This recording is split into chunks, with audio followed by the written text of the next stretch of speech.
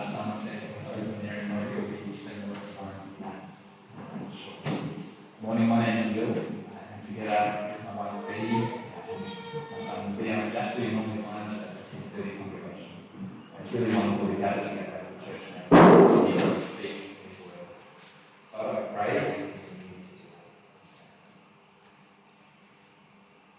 that. Lord, we thank you that you speak to us through every bit of your word, and that's true of this psalm as well.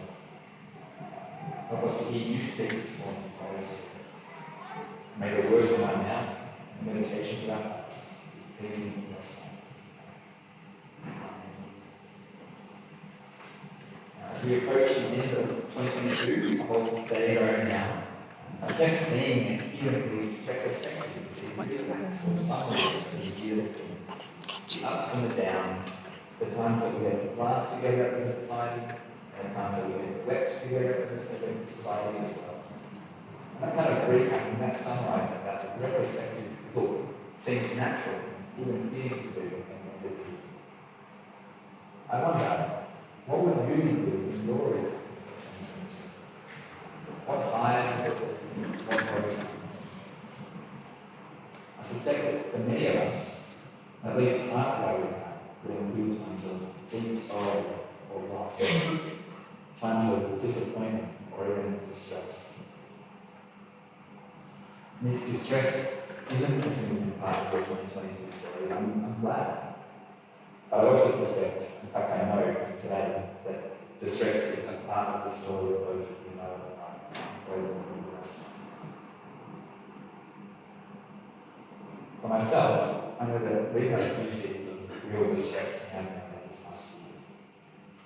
In the middle of the year, as some of you might know, my wife Betty was heavily pregnant and she went into hospital to get a persistent headache checked. It turns out that the virus had got into her brain, and although it wasn't as bad a virus as it could have been, we still had a scary few days. We were in the hospital and I couldn't do much except sit and wait and pray. While I was struggling in that time to even find the words to pray, I came across Psalm 77, our psalm for today. At first it shocked me. I was confronted by its honesty. I thought, can we really pray like this? But I was also comforted. It gave me a way to pray in my distress. And I knew I wasn't the first to wrestle with hard questions. As I spent more and more time in this psalm in the last 6 months, both in more times of distress and in times of relief as well, it's kept prompting the question for me. When we're in distress, how can we be honest with God and keep on trusting Him at the same time? How would God have us respond faithfully to our distress? As we work our way through the psalm this morning, we'll see again and again that when we're distressed, God invites us to call on Him in faith, to call on Him with honesty, and to call on Him to remain faithful. There's an outline to my right, which will see those points behind that as we listen. As we dive into the psalm, I encourage you to look at it now. Right at the start, we see the psalmist's real distress, and we see how he responds. He calls out desperately to God. Read verse 1 with me. I cried out to God for help. I cried out to God to hear me. I cried out. I cried out. We can almost hear the psalmist's words through the page. And who's he crying out to? In case you listen the first time, he's crying out to God. God is the one that he's rescuing. And what's he seeing? He's looking for help in his day of trouble, help in his distress, help that he trusts will come when God hears his cry. Right from the start, we see that the psalmist is speaking from a position of faith, a posture of faith. He's trusting God here. And that shouldn't really surprise us. If you're here right back in our first sermon in Psalms, we read in Psalm 1 about the way of the righteous. And the rest of the Psalms, including this one, teach us how to live in that way, how to live the life of faith. This means that God offers up all the psalmists, including the psalmist of Psalm 77, as examples for us to follow. It means that God invites us to respond to our distress by imitating this psalmist. So let's keep seeing how the psalmist responds. In verse 2, we see more of this posture of faith. It says, "When I was in distress, I sought the Lord. At night, I stretched out untiring hands, and I would not be comforted." In the depths of his distress, and he knew distress, the psalmist looked to God. But he found no respite, no relief in the night. Perhaps some of us can relate. But he kept on looking, keeps on looking to God for help, holding out his hands in prayer all through the night. The depths of his distress are clear. What's a bit less clear are the life circumstances that have caused that distress. It doesn't really mention any of the specific circumstances there. Perhaps he's reflecting on the pain of his own exile, or perhaps there's a more individual grief that the psalmist is reflecting on. But that openness, the fact that it could be either of those things or other things as well, that invites us to take up these words for ourselves. Although our circumstances are certainly different than that of the psalmist, our response to our distress can still follow that same pattern. So the psalmist responds to his distress by calling on God in faith, and God invites us to do the same thing. At one level, this sounds a bit obvious, but it's also crucial. As Betty hopefully illustrated for us this morning, there are many places we can turn in our distress, our sorrow. Many places that we can seek help and relief. And some of these can be genuinely helpful, maybe more helpful than some of the ones Betty mentioned. But others can sadly cause harm to ourselves in the short term or the long term, and can cause harm to others around us. But God invites us here to recognize that He's the one who's ultimately able to help in our distress. So God invites us to turn to Him. And in the midst of this distress, the psalmist is determined to do just that. And he does it. He turns to God and remembers Him. But that doesn't bring any instant relief for him. Read verse 3 with me. "I remembered you, God, and I groaned.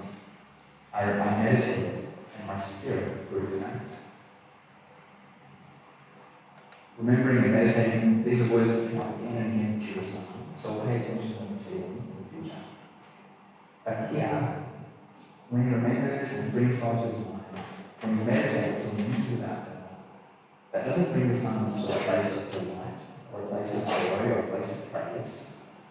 It brings him to groaning and weakness in his inmost self. I wonder if you found yourself in a similar position sometimes. Still trusting, still looking to God, but not experiencing comfort in the moment. That was certainly my experience as I sat away and lost by these hospitals. The psalmist has a bit more to say about this lack of comfort in verses 4 through 9. So we'll turn there. We're going to see that the psalmist is calling out to God honestly. We'll see that God's inviting us to do the same.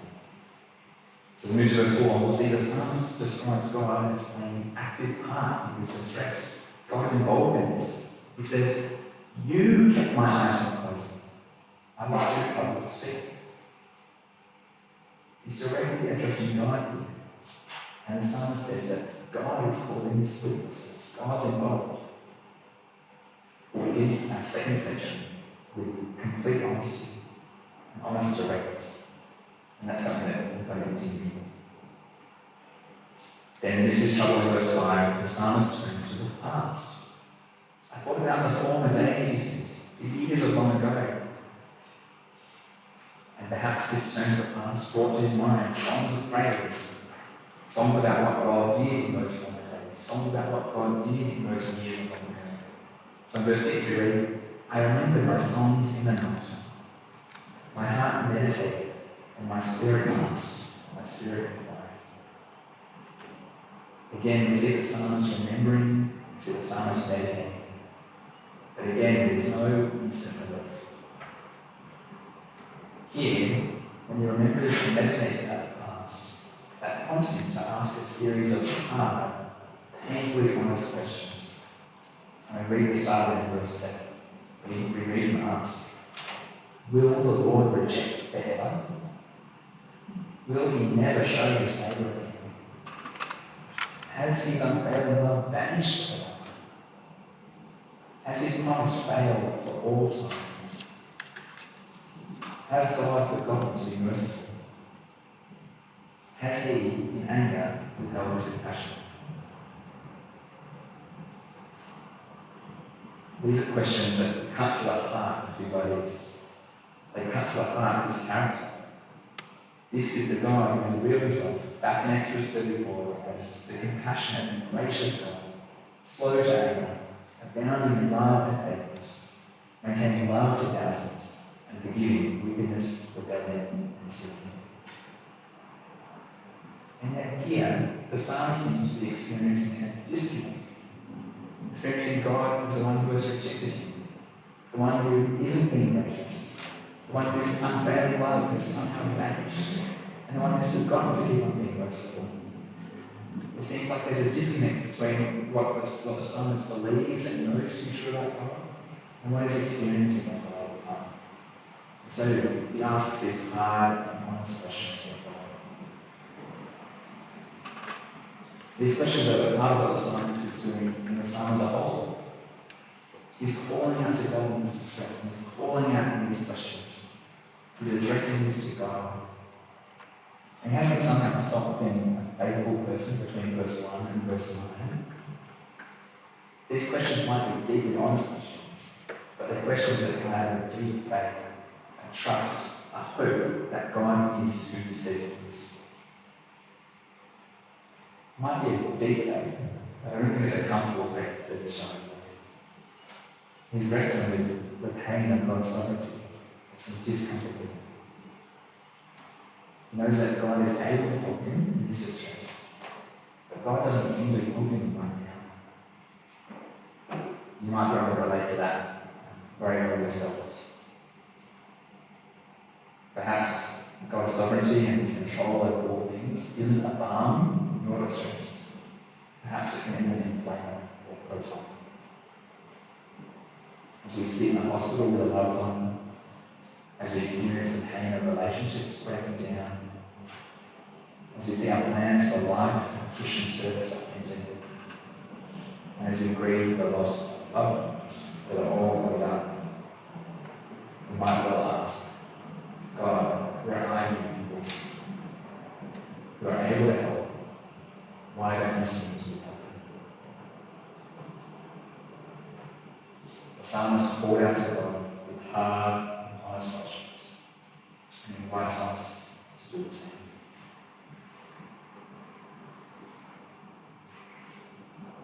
Now, the psalmist doesn't have a quick fix.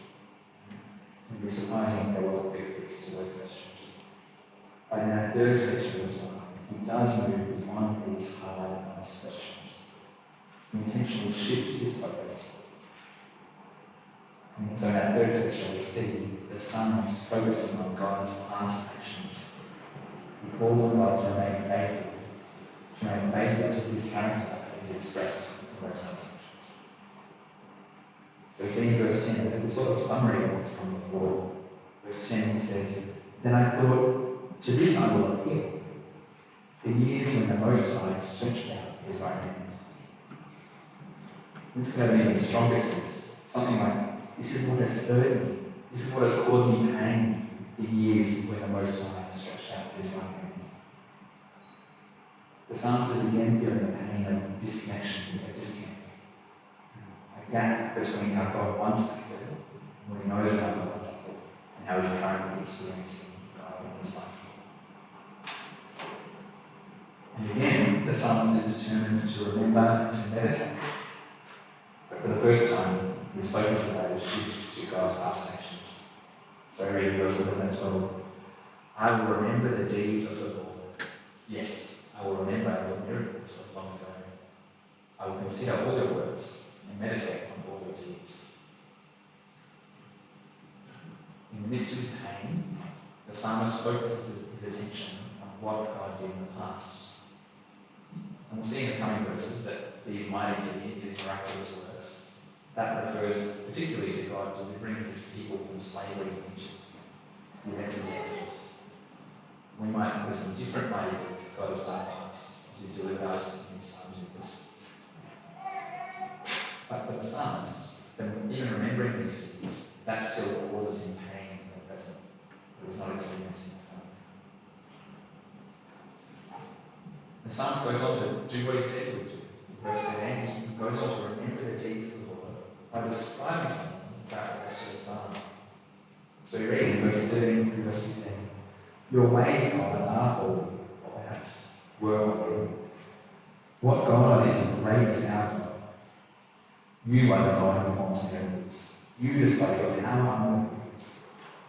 With a mighty arm, you redeemed your people, the descendants of Jacob and Joseph. We can imagine Moses, back in the times of the Exodus, singing words like this, just after God delivered his people from Egypt. And Moses did sing words just like this in Exodus 15, which plays like that. It's a wonderful list, isn't it? A list of things that the psalmist and things that we would normally praise God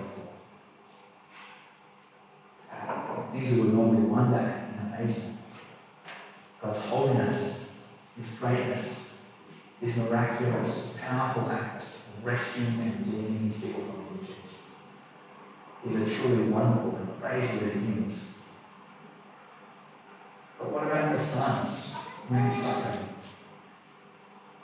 In his distress, the very things he once praised God for have become a longing cry, a cry that God will act now in ways that match up with how he acted then, a cry for God to be faithful and consistent with his past actions. I wonder if you've experienced this for yourself. When a song of praise becomes a cry of longing. I have myself. At a friend's funeral a few years ago, we sang a song that's called "Oh Praise the Name." A lot of praise within that song, but within it there's one verse that stuck with me that I can't get out of my head now. The music overall and the song as a whole carries a sense of triumph. But ever since that day, I can't help but sing this verse cheerfully, longing deeply to experience the reality of its person. I read it like now. The verse is, then on the third at break of dawn, the Son of Heaven rose again.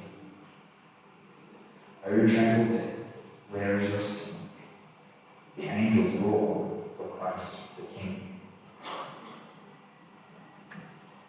Perhaps in seasons of distress, we can take up songs of praise and sing them maybe not feeling praise, not feeling joy, but sing them with a sense of longing, a longing to experience that reality that is of God. Now the psalmist, his longing cry continues in the last section of the psalm. Here we see a vivid image, wonderful imagery of God delivering Israel through the waters of the Red Sea. Let's read verse 16 through 18 to see that imagery. The waters saw you, God. The waters saw you and writhed. The very depths were convulsed. The clouds poured down water. The heavens resounded with thunder. Your arrows flashed back and forth. Your thunder was heard in the worlds. Your lightning lit up the world. The earth trembled and quaked. It's a picture here of the God who's in complete control. In complete control over all chaos, over all the enemies of his people. His sovereignty is clear, his control is clear. But there's also a gentle and mysterious providence that some mention. Let's read verse 19. Your path led through the sea, your way through the mighty waters, though your footprints were not seen. You led your people like a flock by the hand of Moses and Aaron. And he ends there. It's as if the psalmist is crying out to God, you are the sovereign one. You are the one in control. You once led your people gently like a flock. Lead us, lead me like that now. He wants to experience that reality that those words speak.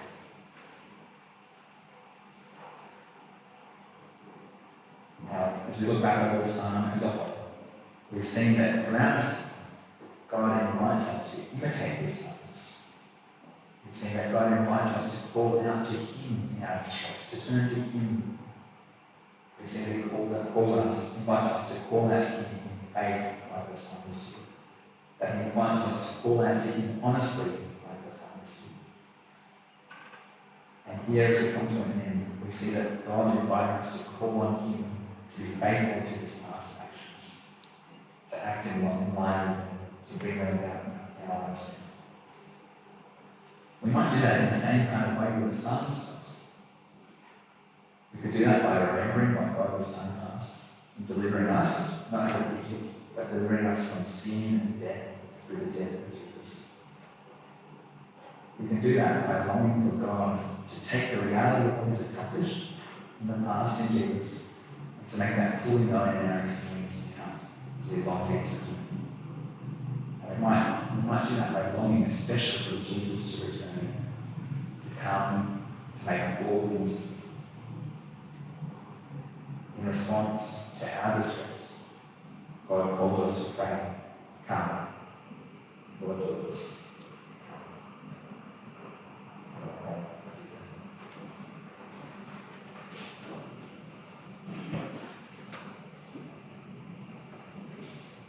Oh Lord, just as the psalmist said, we want to trust You, we want to come to You in faith and call on.